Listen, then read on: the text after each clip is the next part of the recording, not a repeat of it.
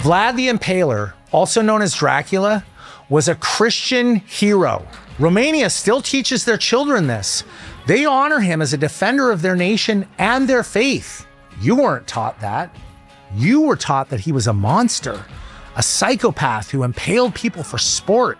And there's a reason they told you that story instead of the real one, because the real story exposes something they don't want you to see. The difference between a Christian prince who waged war on soldiers and an Islamic empire that waged war on women and children.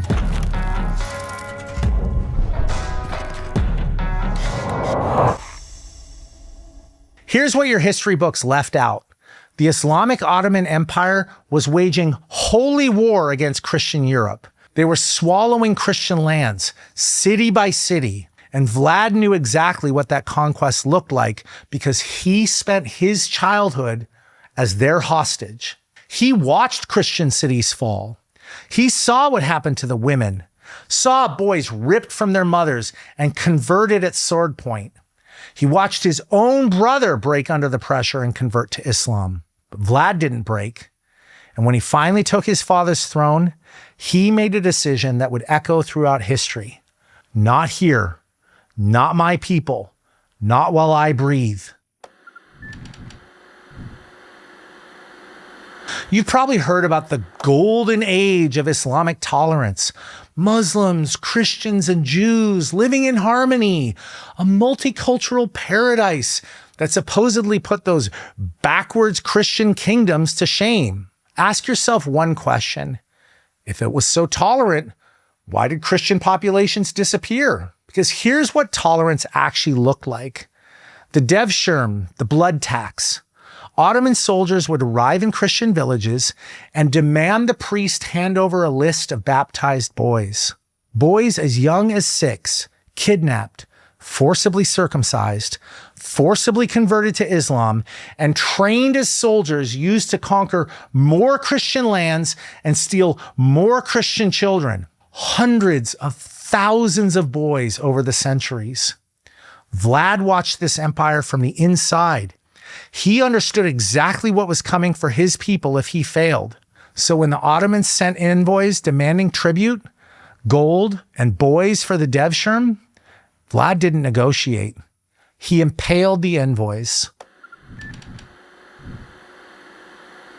Sultan Mehmed II, the conqueror of Constantinople, the most feared military commander in the world, had assembled 150,000 Islamic troops to crush Vlad personally.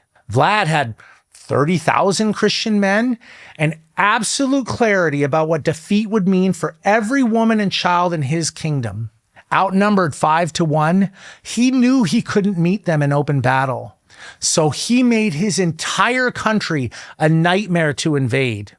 He poisoned the wells so the Ottoman Empire had nothing to drink, burned the crops so that they had nothing to eat, and drove the livestock into the mountains so they couldn't resupply. Then came the night raids, Vlad's men striking after dark, slaughtering soldiers in their sleep, and vanishing before dawn. Then Mehmed's army reached Targovist and saw exactly what was waiting for them. 20,000 Ottoman soldiers impaled on stakes, stretched out for miles like a forest of the dead. The stench alone stopped the advance. Now pay attention because this is crucial for context. Vlad's cruelty was aimed at soldiers. Ottoman cruelty was aimed at civilians. The men on those stakes were combatants, soldiers who had participated in the rape, enslavement, and slaughter of Christian women and children. And what did Ottoman cruelty look like? When Constantinople fell in 1453, Mehmed's soldiers were promised 3 days of lawful plunder. Eyewitnesses documented what followed. Tens of thousands of civilians enslaved. Women raped in the streets and inside churches. Nuns violated on altars. Young women stripped naked and sold in slave markets. The elderly slaughtered wherever they tried to hide. The Ottomans made war on women and children. Vlad made war on warriors, and it worked. It worked. Mehmed II, the man who had never retreated, the conqueror who had broken the 1,000-year walls of Constantinople, turned his army around and went home. One Christian prince, outnumbered and outgunned, broke the will of the most powerful military force on earth. The women and children of Wallachia didn't end up in slave markets.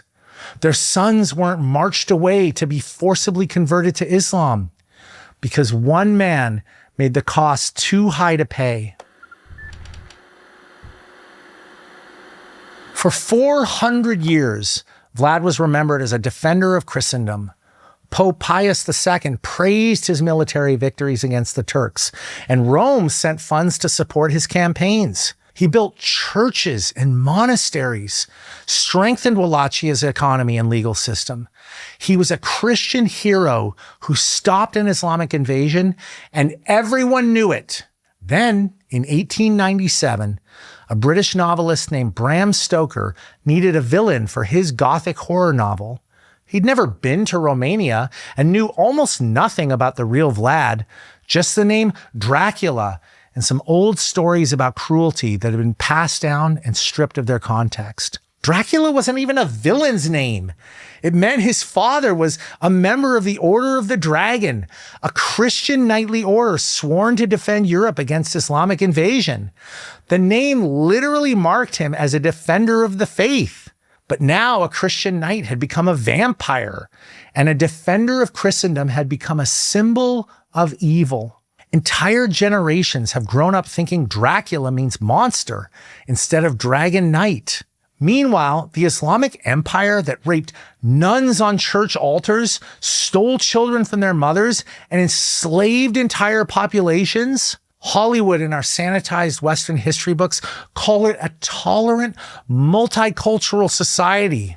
Woe to those who call evil good and good evil, who put darkness for light and light for darkness. Isaiah 5:20. Let me be clear. I am not saying we should be impaling enemy combatants on stakes. Christianity has done more than just defend Christian lands. It's made warfare itself less brutal over the centuries. The very reason we can look at certain acts of war and call them cruel is because Christian values shaped our conscience. For most of human history, cruelty to the conquered wasn't an atrocity.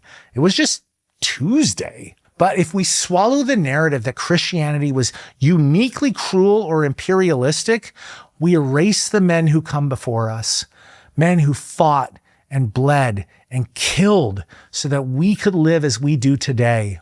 Men who held the line against empires that would have enslaved our ancestors and erased our faith from history. Romania teaches their children that Vlad was a hero. They know their history. They understand that sometimes defending the innocent requires being terrifying to those who would harm them. So yes, whenever possible, live at peace with all men, Romans 12:18. Turn away from evil and do good. Seek peace and pursue it, Psalm 34:14. But if that is no longer possible, if the innocent are threatened and the oppressors will not relent, then Scripture gives us a different command. Rescue those who are being taken away to death. Hold back those who are stumbling towards slaughter. Proverbs 24:11. Vlad understood that command. And because he did, Christian Europe survived. Learn your real history. Honor the men who made your existence possible. And pray you never have to make the choices they made. But be ready if you do. Be bold. You were made for this.